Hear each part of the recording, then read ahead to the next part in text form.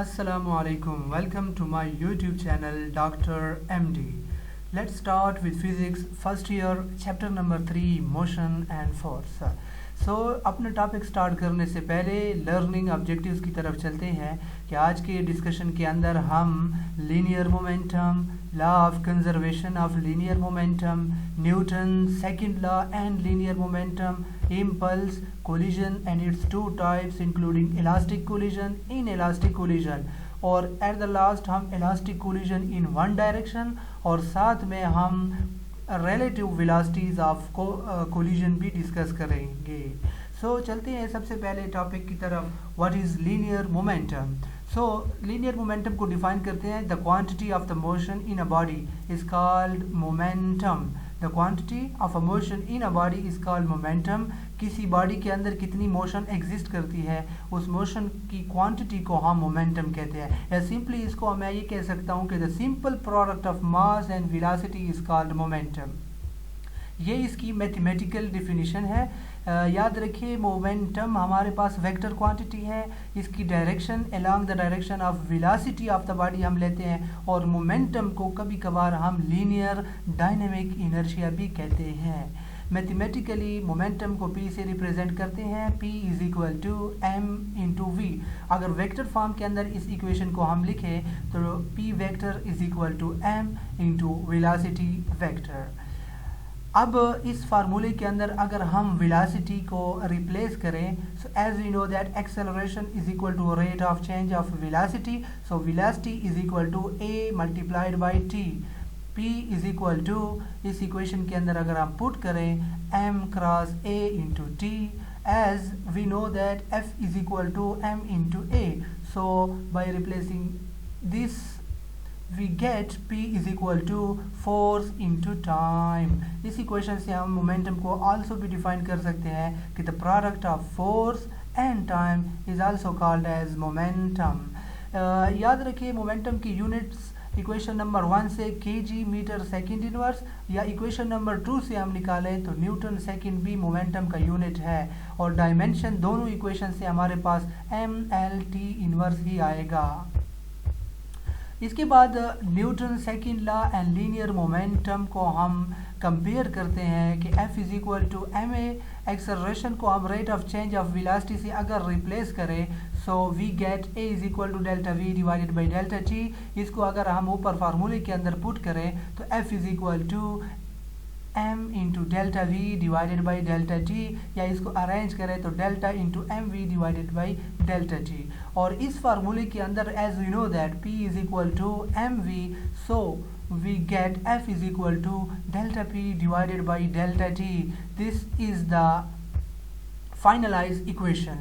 So this equation means that the rate of change of linear momentum of the body is equal to the force acting on the body. और याद रखिए Newton second law की original statement भी यही है. इस equation से हम डिफाइन कर सकते हैं फोर्स को और इसी इक्वेशन से न्यूटन के दूसरे लॉ भी डिराइव हुए हैं. इसके बाद topic law of conservation of momentum.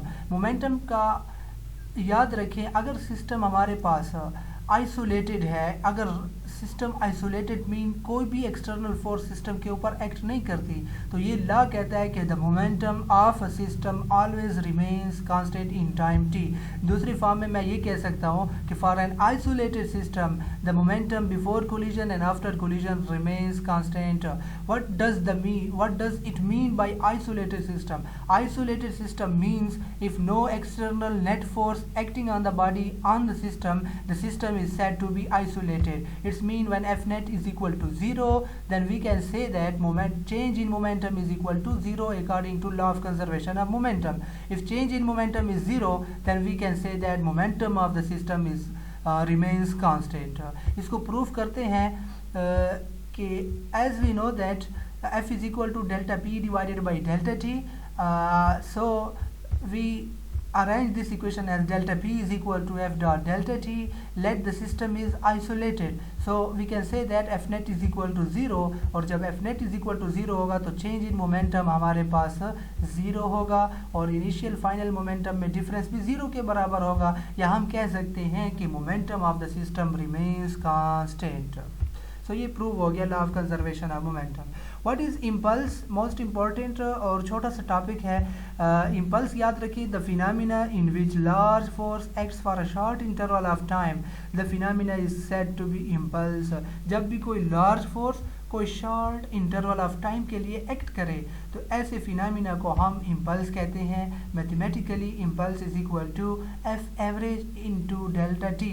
Y मैंने एफ एवरेज यहाँ पे क्यों लिया, अगर याद रखिए यहाँ पे हम फोर्स को वेरी लार्ज लेते हैं तो फोर्स वेरिएबल है, और जब फोर्स वेरिएबल है that is why we take the average of that force. Vector form याद रखिए, मोमेंटम को जे से रिप्रेजेंट करते हैं, J vector is equal to average vector into delta T, as P is equal to F cross T, पीछे हमने derive किया। सो अगर हम इसको पुट करें तो हमारे पास finalise equation J is equal to delta T delta P। What is this? This is impulse. J is said to be impulse and P is momentum. So impulse in this equation is equal to change in momentum. यहाँ से हम impulse की दूसरी definition भी define कर सकते हैं दूसरे तरीके से कि the sudden change in momentum is also known as impulse. Impulse is nothing but the sudden change in momentum.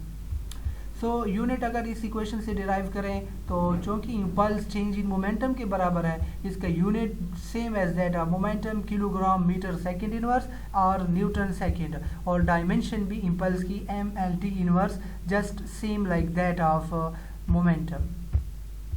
What is collision? चलते हैं अपने लास्ट टॉपिक और इम्पोर्टेंट टॉपिक का। कोलिजन हमारे पास क्या है? Collision is the interaction between any two bodies or particles which changes their motion. The interaction between any two bodies which changes their motion is called as collision. So collision हमारे पास micro as well as macro bodies दोनों के लिए possible है, और इसकी याद रखिए दो टाइप्स हैं। सबसे पहली टाइप इलास्टिक कोलिजन और दूसरी type in elastic collision. One by one इसको डिफाइन करेंगे। सबसे पहले what is elastic collision? The collision during which the total momentum and the kinetic energy of the system remains constant. ऐसी किस्म की collision जिसके अंदर total momentum of the system और काइनेटिक एनर्जी दोनों कांस्टेंट या कंजर्व्ड रहे, तो ऐसी किस्म की कोलिजन को हम इलास्टिक कोलिजन कहते हैं। याद रखिए कोलिजन जो भी होगी उसके अंदर momentum always and always constant ही रहेगी, लेकिन डिफरेंस काइनेटिक एनर्जी में आएगा, वो हम आगे डिस्कस करते हैं। सो इलास्टिक कोलिजन के अंदर मोमेंटम भी कंजर्व और kinetic energy of the system भी कंजर्व रहती है।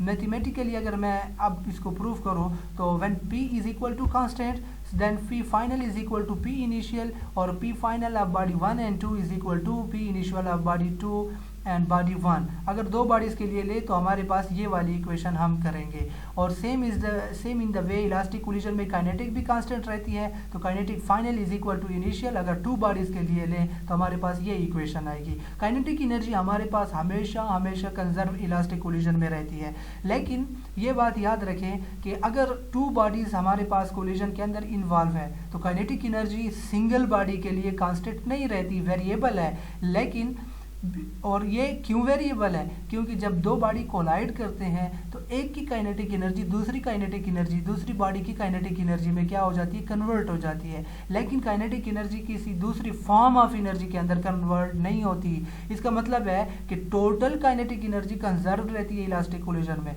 लेकिन सिंगल बॉडी के लिए काइनेटिक एनर्जी कांस्टेंट नहीं रहती। इस पॉइंट को यहाँ पे डिफाइन किया गया है, kinetic energy only changes from one body to another and never converts into other form of energy as sound energy, heat energy and destruction energy. इसके बाद inelastic collision. What is inelastic collision? The collision during which the total momentum of the system remains constant but kinetic energy is not conserved is called inelastic collision. Main difference जो मैंने आपको बताया था, momentum तो constant है लेकिन kinetic energy of the system conserve नहीं रहती इन इलास्टिक कोलिजन में। अगर इसको मैं प्रूव करूँ, when momentum is equal to constant then P final and is equal to P initial, और टू बॉडीज के लिए ये इक्वेशन है। काइनेटिक एनर्जी कांस्टेंट या कंजर्व नहीं रहती, kinetic final is not equal to kinetic energy. और अगर टू बॉडीज के लिए करें तो kinetic final of body 1 plus kinetic final of body 2 is not equal to kinetic initial of body 1 and body 2। याद रखें kinetic final initial in elastic में कभी भी बराबर नहीं होती। इस कंडीशन में काइनेटिक एनर्जी किसी दूसरी फॉर्म ऑफ एनर्जी के अंदर चेंज हो जाती है। लेट सपोज साउंड भी प्रोड्यूस होगी कोलिजन के दौरान, हीट एनर्जी में भी कुछ चली जाएगी और डिस्ट्रक्शन एनर्जी में भी